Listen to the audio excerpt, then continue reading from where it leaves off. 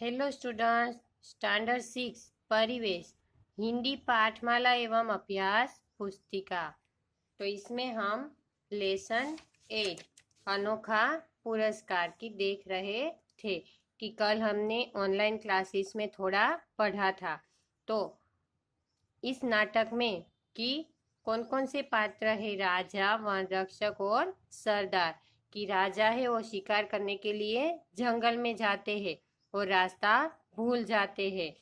तो वो अपने आप से ही बातें करता है कि मैं राजा होने के बावजूद भी कि अंधेरा है मेरी कुछ भी परवाह नहीं करता, कि वह आगे ही बढ़ता जा रहा है।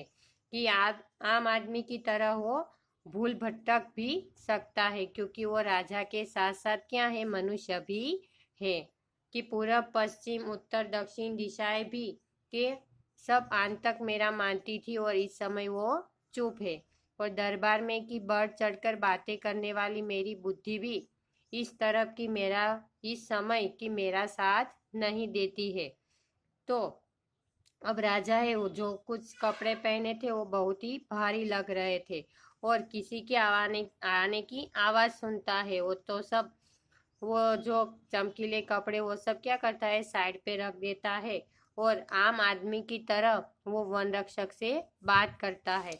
और वन रक्षक है बार बार उसे प्रश्न पूछता है, तो वो उसके सभी प्रश्नों के उत्तर ठीक दे नहीं पा रहा है। पहले पूछता है कि आपका नाम क्या है, आप कहाँ से आए हो।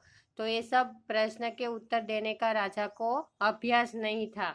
तो वो पूरा है वो परिचय अपना नहीं दे पाता और वो राजा का एक अफसर बताता है और कहता है कि मैं शिकार करने के लिए जंगल में आया था और रास्ता भटक गया हूँ, कि मेरा घोड़ा है वो थक कर गिर गया था और मैंने उसे छोड़ दिया था।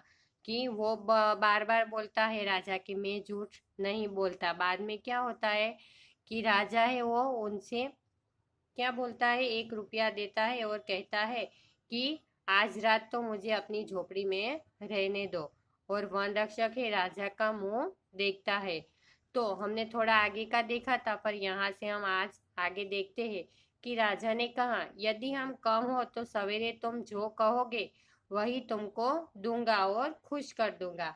कि राजा है वन रक्षक को कहता है कि यदि ये पैसे कम है तो तुमको और ज्यादा दूंगा और आपको खुश कर दूंगा। वन रक्षक ने कहा जोर से हंसकर, ओहो, अब मैंने माना कि तुम दरबारी हो। आज के लिए एक छोटी सी रिश्वत और कल के लिए एक बड़ा सा वादा, एक ही सांस में दोनों। मगर मेरे दोस्त पुंडरीक दरबारी नहीं है।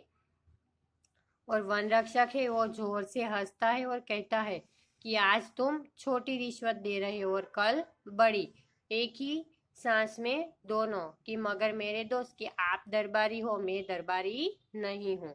राजा ने कहा क्रोध से, तू एक नीच आदमी है, जबान संभाल कर नहीं बोलता। मैं तेरे बारे में अधिक जानना चाहता हूँ।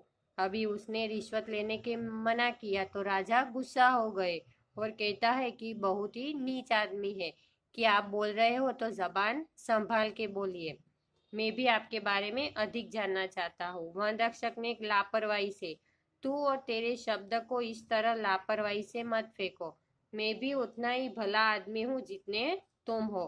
कि वन रक्षक है राजा को भी कहता है कि तुम भी, कि तू और तेरे शब्द के ऐसे लापरवाही से मत फेंको, कि आप भी भले आदमी हो इस तरह मैं भी भला ही आदमी हूँ।